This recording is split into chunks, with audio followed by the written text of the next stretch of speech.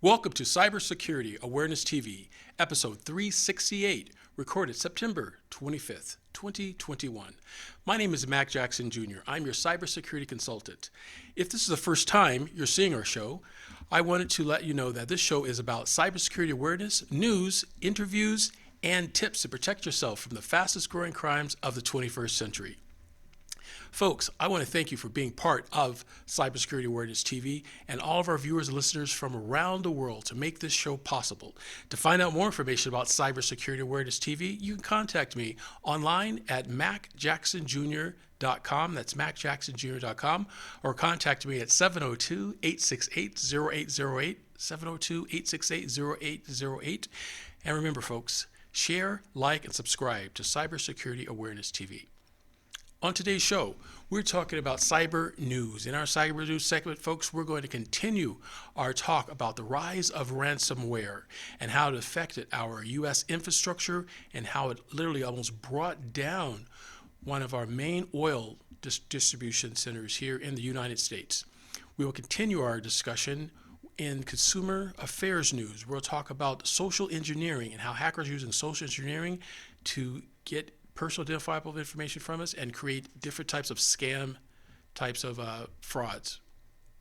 In our third segment, we talk about our cybersecurity tips, things that you could do to protect yourself. This week's, folks, we have a really interesting story. You definitely want to stay tuned for that regarding a cyber hack that affected the healthcare industry here in Las Vegas.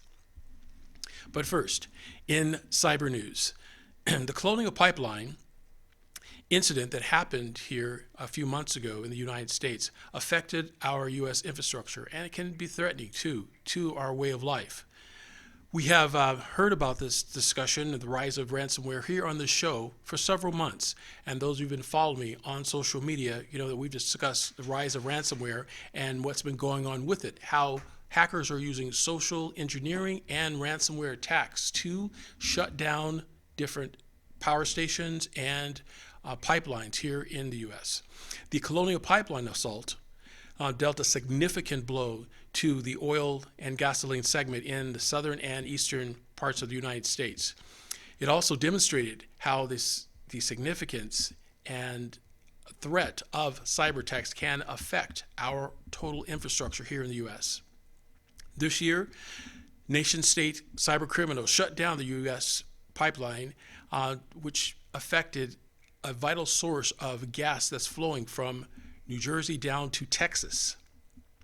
To follow up on this, we have a clip we like to show from the CN News Service. Roll this clip. America is facing a national energy crisis. On May 7, 2021, one of the largest refined fuel pipelines in the United States, the Colonial Pipeline, experienced a cyber attack that shut down fuel delivery between the Gulf Coast and the East Coast. The pipeline itself spans almost 5,500 miles and carries millions of gallons of fuel per day. It was the target of ransomware, a scheme where attackers seize control of the computer systems using code and then demand money to release the systems back to the company. The FBI blamed the attack on a group called DarkSide. The following Monday, the company managed to take certain systems offline to contain the threat and planned to restore service by the end of the week. The Colonial Pipeline is vital for several airports along the eastern seaboard of the U.S., in addition to military bases throughout the southeast. In the aftermath of the attack, panic buying, spurred by fears of fuel shortages and a rise in gas prices, left several gas stations with long lines as people hoarded gasoline. The attack itself exposed how vulnerable the U.S. energy infrastructure is. How did we get here?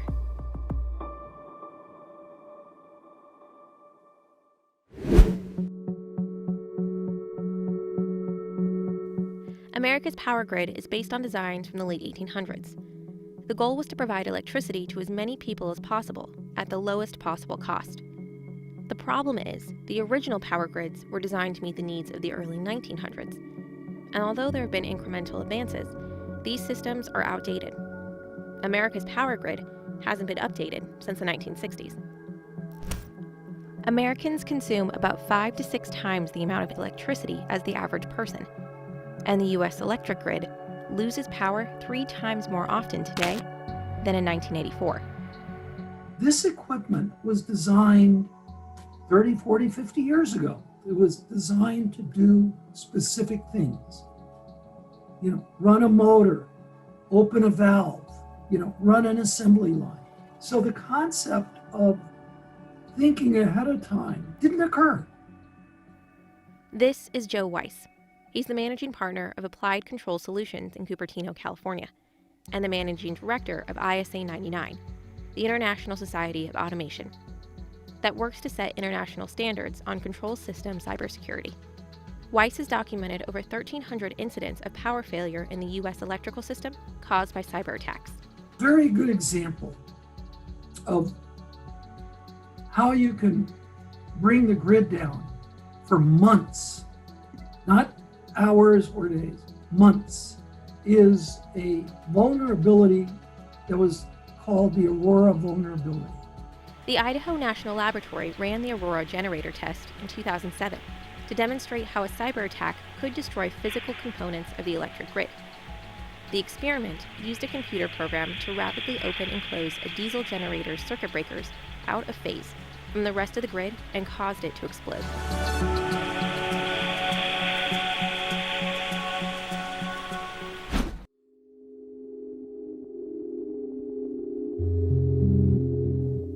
Another way hackers could penetrate America's power grid is through backdoors built into the hardware, the physical equipment frequently purchased by foreign manufacturers.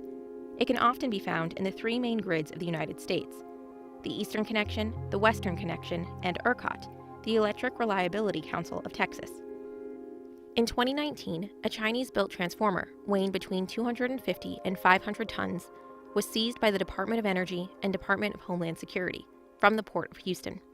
It was taken to Sandia National Laboratories in Albuquerque, New Mexico, for unspecified reasons. It's believed that the transformer was seized because of fears of backdoor electronics, which could be activated or timed by its Chinese manufacturer to change the operation and affect the U.S. electric grid. Where this electronics was installed, there was no data to steal. The only thing you could do was to either take over the control or damage or destroy that piece of equipment. On May 1st, 2020, President Donald Trump signed Executive Order 13920, which directed utilities not to purchase bulk power systems from adversaries. It is believed this order was the result of what was found in the seized transformer. So part of the issue is when you have 200 large transformers spread throughout the country, you could cause an immense amount of grief, not just in one place. How can the U.S. make the grid more secure? Weatherize the power grid with cybersecurity in mind. In February, Texas experienced an extreme winter storm. What was once considered a rare statewide event caused energy facilities to fail and left millions of Texas residents without electricity or clean running water. And although what occurred in Texas was not the result of any cyber attack, Joe Weiss says the event itself exposed vulnerabilities that hackers could exploit. Cyber is, in a sense, part and parcel of climate change. Why? Because that's when you're going to need remote access. Technology is there to make things more productive. They can't not use it. It's making it productive. So the issue is, and this is a real ethical question, what point and for what equipment do you not put in some of this technology if you know it can make you susceptible? Create more accessible and reliable energy storage. Fossil fuel power plants are generally built far away from population centers, which means that the power has to be shipped long distances. A smart grid would enable a two-way flow of electricity with backup generators and energy storage systems in place that would have the ability to send power if, for example, the wind turbines went down. In March, Tesla began construction of a gigantic battery connected to the state's power grid at the Hornsdale Power Reserve, a facility that can receive and store energy from nearby wind and solar farms. The 100-megawatt battery could power about 20,000 homes on a hot summer day. Finally, Invest in renewable energy sources. Adopting renewable energy sources is a better long-term investment for a more sustainable and secure power grid. Although these solutions are a good start to address the power grid's vulnerabilities, Joe Weiss says there's a lot more work to be done to safeguard the U.S. power grid from cybersecurity threats. This is a problem that's 30, 40 years in the making. It's existential to this country, and we are not addressing what needs to be done. We can't keep ignoring it. The bad guys aren't.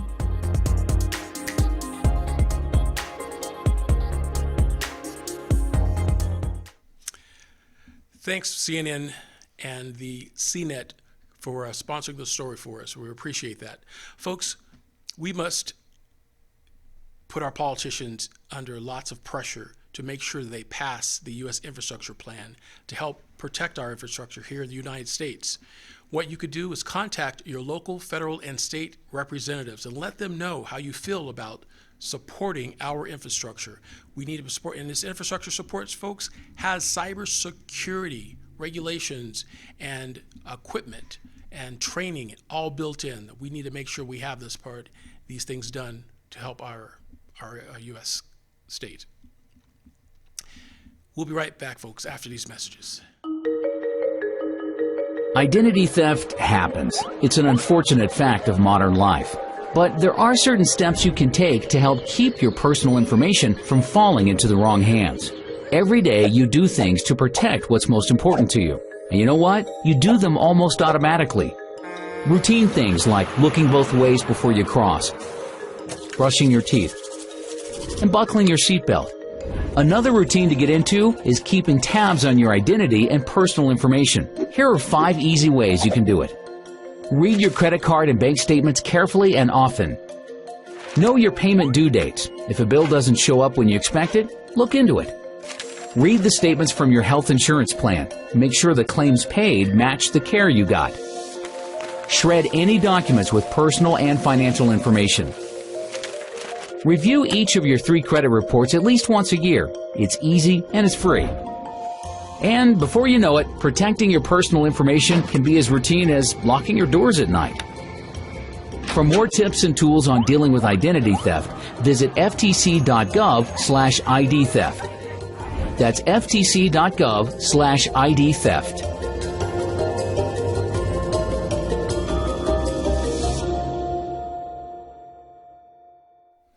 Hi folks, welcome back to Cybersecurity Awareness TV. In this segment, we're talking about consumer affairs and social engineering.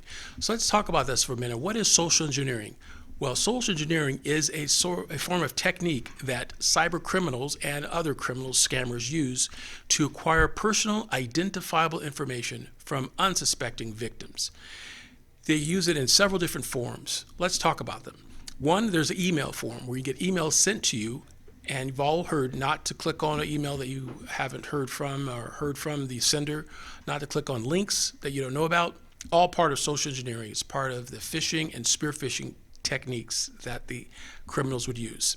Secondly, they would also use texting, where they would acquire your phone number and send you a text message with a link that you would click on, and thereby putting your phone at risk of a malware attack, unbeknownst to you.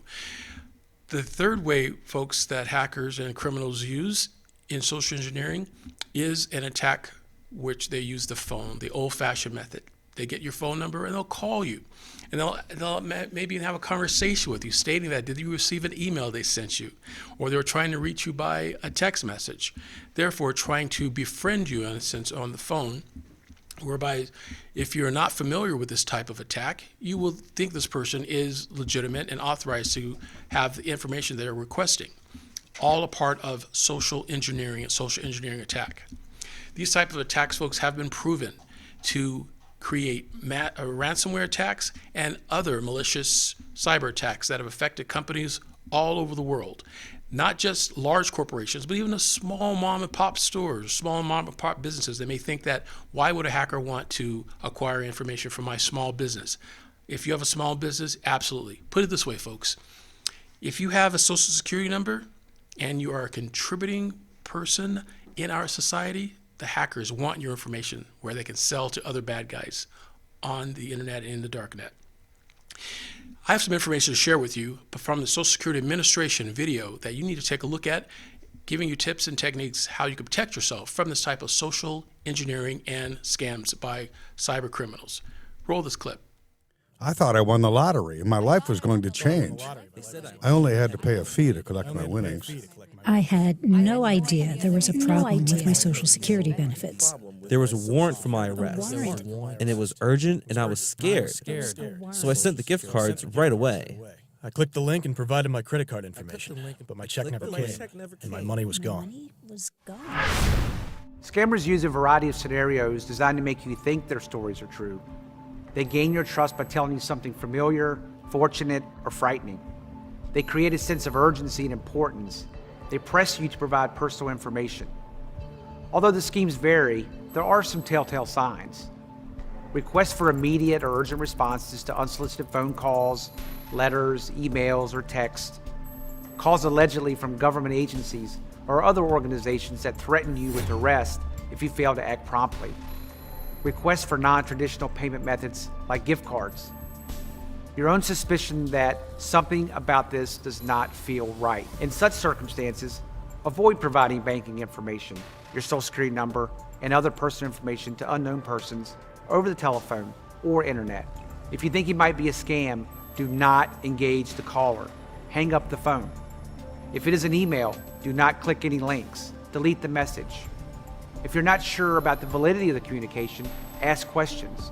Be certain about why you are sharing the information and who's receiving it. Do not respond with personal information on the call or by email.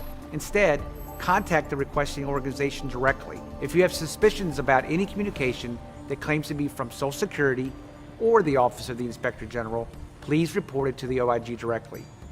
With scam awareness and vigilance, you can stay ahead of these thieves. For more information on scam awareness or to submit an allegation, please visit oig.ssa.gov. As you can see, folks, our best defense against these type of cyber criminals and scammers is through education and shows like this from Cybersecurity Awareness TV. You could help support our efforts by going to our Patreon channel at patreon.com/Mack Jackson Jr.